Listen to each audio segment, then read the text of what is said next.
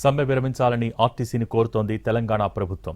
సచివాలయంలో ఆర్టీసీ సమ్మెపై మరోసారి ప్రభుత్వం చర్చలు జరుపుతోంది. చర్చల్లో deputy CM Ponnam Prabhakar, RTC MD, ప్రత్యేక కమిటీ సభ్యులు పాల్గొన్నారు.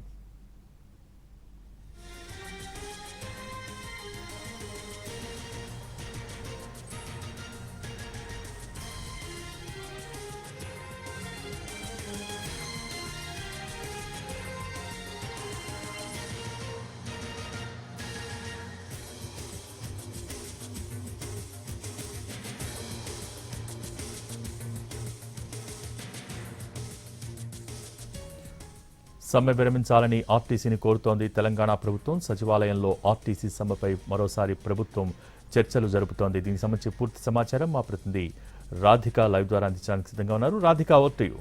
జేఈఈ మెయిన్ 2026 ఫలితాలలో శ్రీ చైతన్య సెన్సేషనల్ రికార్డ్. ఇద్దరికి 300కి 300 మార్కులతో ఓపెన్ కేటగిరీలో 2 ఆల్ ఇండియా ఫస్ట్ ర్యాంకులతో పాటు ఆల్ ఇండియా ఓపెన్ కేటగిరీలో 8th rank, all India open కేటగిరీలో 11th rank, all India open కేటగిరీలో 15th ర్యాంక్. శ్రీ చైతన్య ప్రకటించేవి ఓపెన్ కేటగిరీ ర్యాంకులు మాత్రమే. భోగి ఇవాళ ఉదయం నుంచి ఆర్టీసీ సమ్మెకు సైరన్ మోగించి మొత్తం రాష్ట్ర వ్యాప్తంగా అన్ని డిపోలలో కూడా బస్సులని డిపోలకు మాత్రమే పరిమితం చేసింది. అయితే ఇటు ప్రభుత్వం కూడా ప్రత్యామ్నాయ మార్గాలను కూడా అన్వేషించి ఇటు ప్రైవేట్ బస్సుల్ని, ఈవీ ఎలక్ట్రిక్ వెహికల్స్ ని, అట్లాగే ప్రైవేట్ బస్సుల్ని కూడా, హైర్డ్ వెహికల్స్ ని కూడా రంగంలోకి దింపి కొంతవరకు ప్రజలకి, ప్రయాణికులకి ఇబ్బంది లేకుండా చూసే ప్రయత్నం చేసింది. అయినప్పటికీ కూడా 25% బస్సులను మాత్రమే తిప్పగలిగింది రాష్ట్ర వ్యాప్తంగా.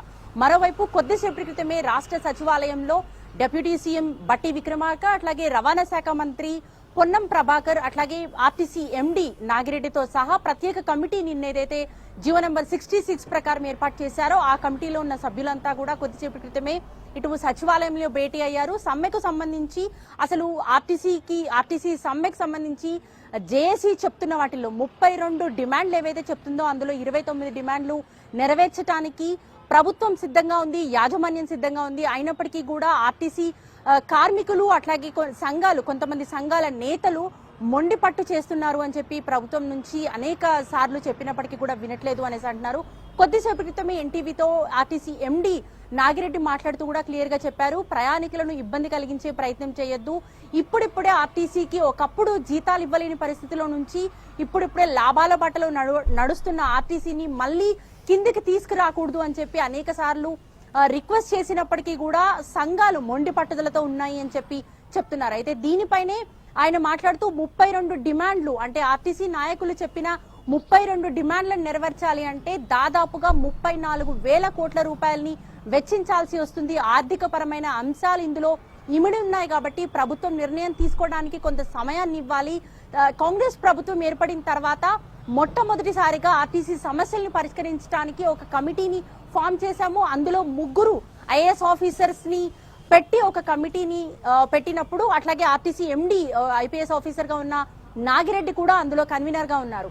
ఈ 4 కమిటీ పరిష్కరించి, అంటే దీని గురించి అంతా కూడా చర్చించిన తర్వాత ఆర్థిక అంశాలు ఇన్వాల్వ్ అయి ఉన్నాయి కాబట్టి బట్టి విక్రమార్కతో మాట్లాడి, అట్లాగే ఆర్థిక ఇటు రవాణా శాఖకు సంబంధించిన మంత్రితో మాట్లాడి అంత డిస్కస్ చేసిన తర్వాత పరిష్కరించడానికి ప్రయత్నిస్తామని చెప్తున్నా 29 అంశాలకు సంబంధించి ఎట్లాంటి షరతులు లేకుండా పరిష్కారం దిశగా తాము గ్రీన్ సిగ్నల్ ఇచ్చాము. కేవలం 2-3 డిమాండ్స్ మాత్రమే పెండింగ్ లో ఉన్నాయి. అవి చాలా పాలనాపరమైన తీసుకోవాల్సిన నిర్ణయాలు ఉంటాయి, ప్రభుత్వంతో చర్చించాలి, కేబినెట్ లో దాని ఆమోదం రావాలి.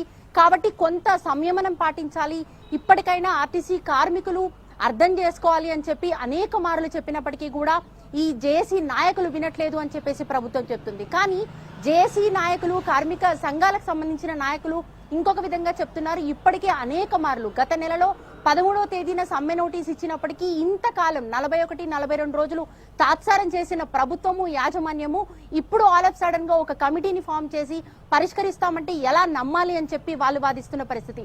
అయితే ఇటు ప్రభుత్వము, కార్మిక సంఘాలకు సంబంధించి ఈ డిలే ఏదైతే జరుగుతుందో, సమ్మె విరమణకి దిశగా చర్చలు కానీ లేకపోతే ఇంకా స్టెప్స్ కానీ పడకపోవడంతో ప్రయాణికులు తీవ్ర ఇబ్బంది పడాల్సిన పరిస్థితి ఏర్పడింది రాష్ట్రంలో. రాష్ట్ర వ్యాప్తంగా ప్రతిరోజు 65 లక్షలకు పైగా మంది ఆర్టీసీ బస్సుల్లో ప్రయాణం చేస్తూ ఉంటారు.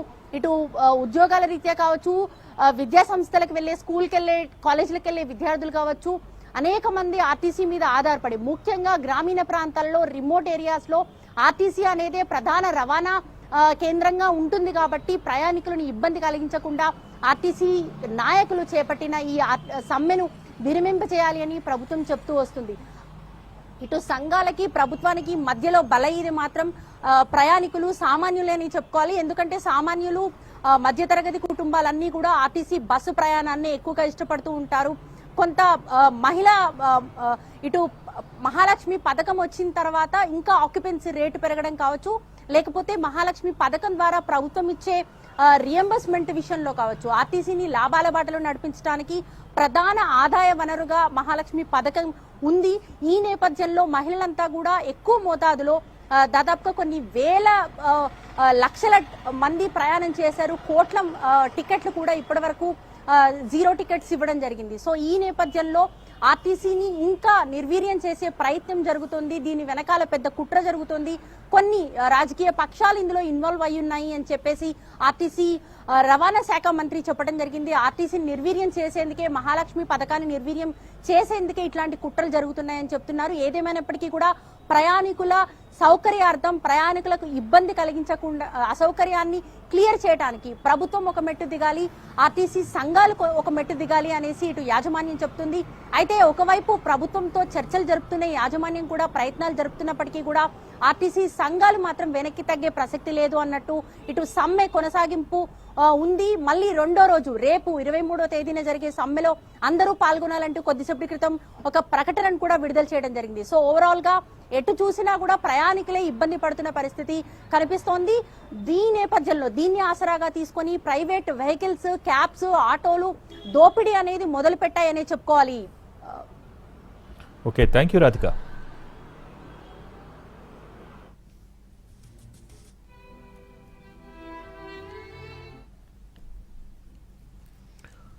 సమ్మె విరమించాలని ఆర్టీసీని కోరుతోంది తెలంగాణ ప్రభుత్వం. సచివాలయంలో ఆర్టీసీ సమ్మెపై మరోసారి ప్రభుత్వం చర్చలు జరుపుతోంది.